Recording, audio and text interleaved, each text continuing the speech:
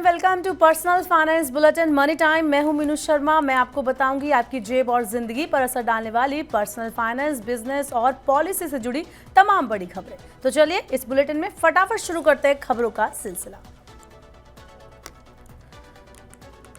बारिश की वजह से महानगरों में होने वाले जलभराव की समस्या से आपको जल्द छुटकारा मिलेगा। सरकार ने मुंबई, चेन्नई और बेंगलुरु समेत 7 शहरों में ड्रेनेज सिस्टम को बेहतर बनाने और जल संरक्षण के लिए वाटर बॉडीज का निर्माण करने की योजना बनाई है। इस योजना पर अगले 2 सालों में करीब 25 अरब रुपए की बड़ी राशि खर्च की जाएगी। हर मॉनसून में शहरों में जल भराव आम समस्या बन चुकी है। तेजी से होते शहरीकरण की वजह से झील और तालाब जैसे जल भंडार खत्म हो रहे हैं। रेटिंग एजेंसी मूडीज ने चेतावनी दी है कि पानी की बढ़ती किल्लत से भारत की आर्थिक वृद्धि प्रभावित हो सकती है। चालू वित्त वर्ष के लिए जीडीपी ग्रोथ का अनुमान 7.2% जताया गया है, जो दुनिया की प्रमुख अर्थव्यवस्थाओं की तुलना में सबसे ज्यादा है। बजट में घोषित रोजगार से जुड़ी प्रोत्साहन योजनाओं के साथ साथ लेबर कोड सहित श्रम सुधारों को लागू करने के लिए केंद्र सरकार जल्द ही सभी राज्यों और केंद्र शासित प्रदेशों के साथ एक उच्च स्तरीय बैठक करेगी। हाल ही में पेश हुए बजट में रोजगार से जुड़ी 3 प्रोत्साहन योजनाओं की घोषणा की गई, जिनका उद्देश्य देश में 2.9 करोड़ नौकरियां पैदा करना है। श्रम और रोजगार मंत्रालय 30 अगस्त से 4 अक्टूबर तक बैठकों का आयोजन करेगा, जिसमें लेबर कोड, रोजगार सृजन, ई श्रम पोर्टल के एकीकरण और सामाजिक सुरक्षा जैसे मुद्दों पर चर्चा की जाएगी। सरकार रोजगार से जुड़ी प्रोत्साहन योजनाओं के साथ साथ लेबर कोड को सुचारू ढंग से चालू करना चाहती है, इसलिए राज्य सरकारों के साथ सहमति बनाने के लिए बैठकों का आयोजन किया जा रहा है।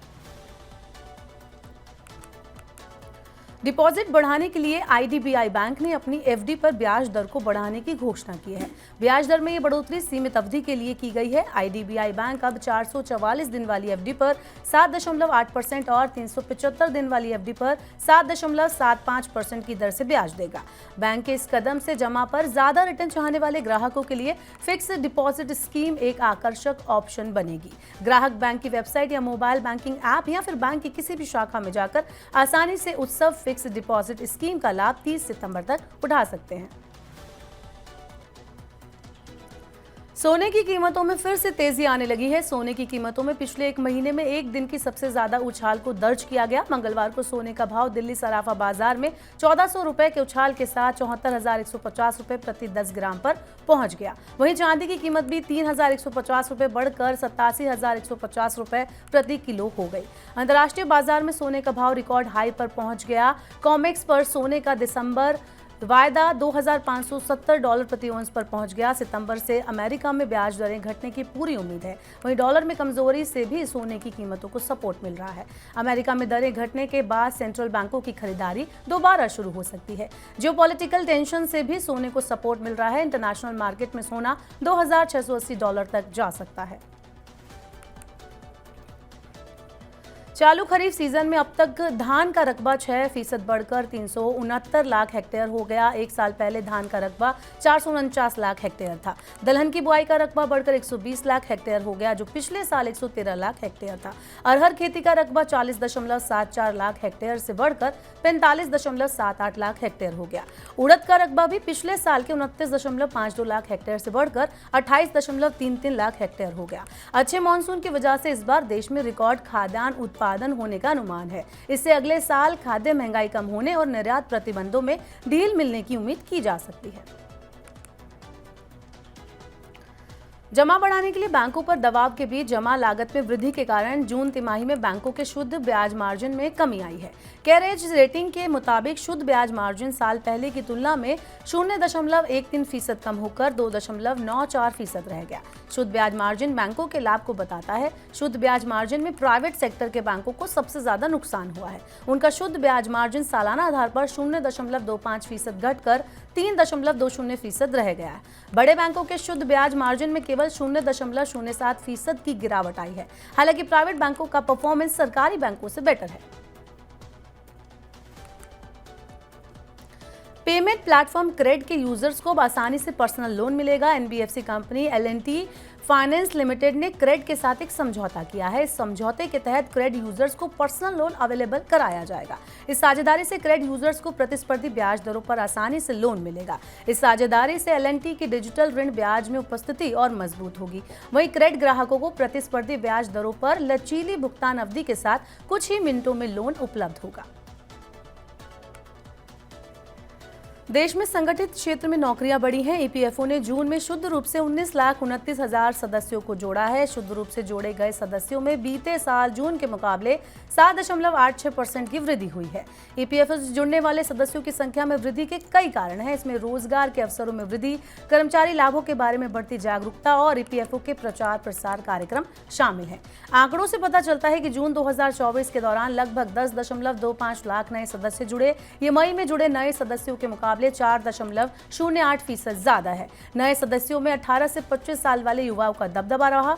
जून में जुड़े कुल नए सदस्यों में इनकी हिस्सेदारी 59% से ज्यादा है।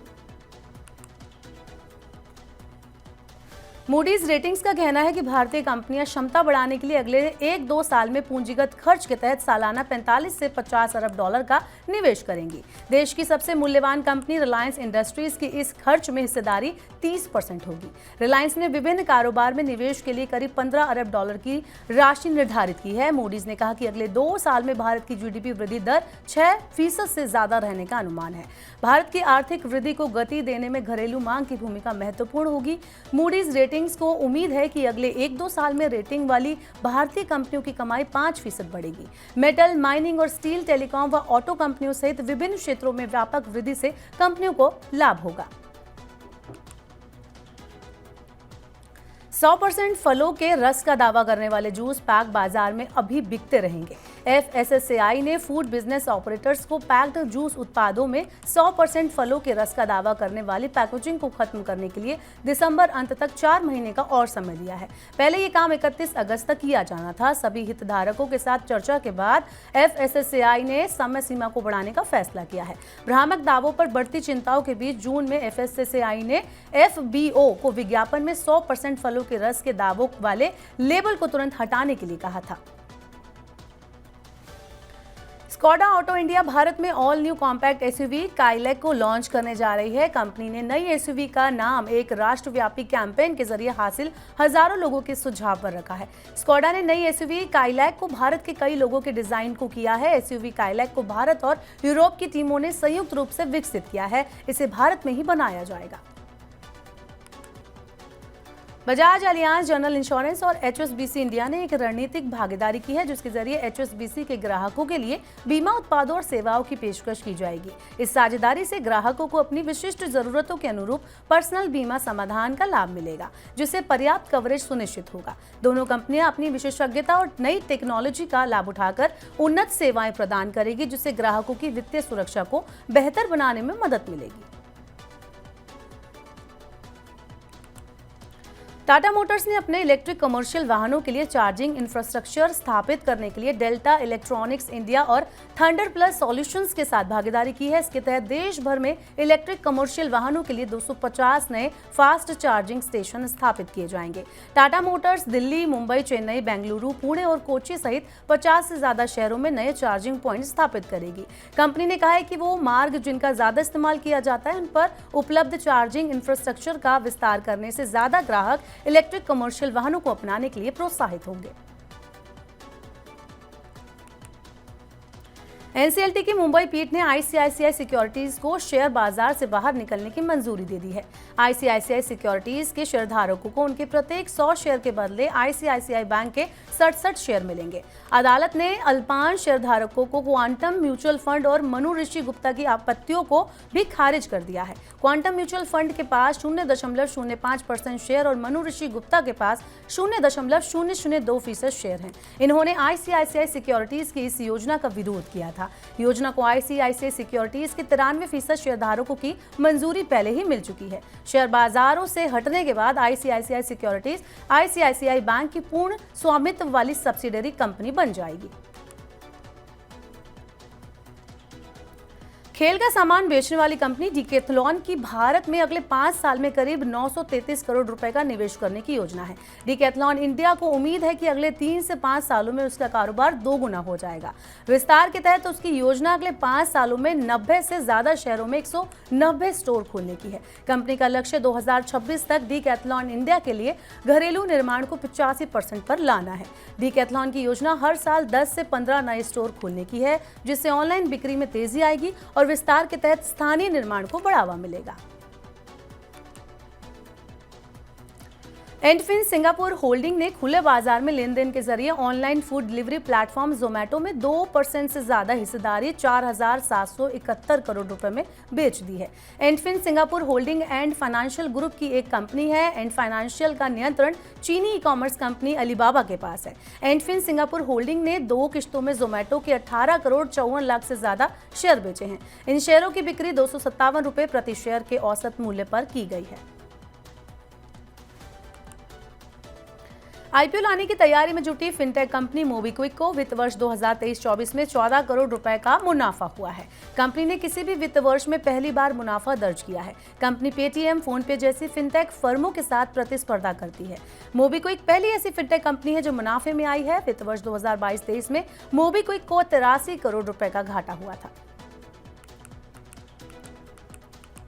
तो ये थी मनी टाइम में आज की तमाम बड़ी खबरें। अब वक्त हो गया आपसे विदा लेने का। अब आपसे होगी कल मुलाकात।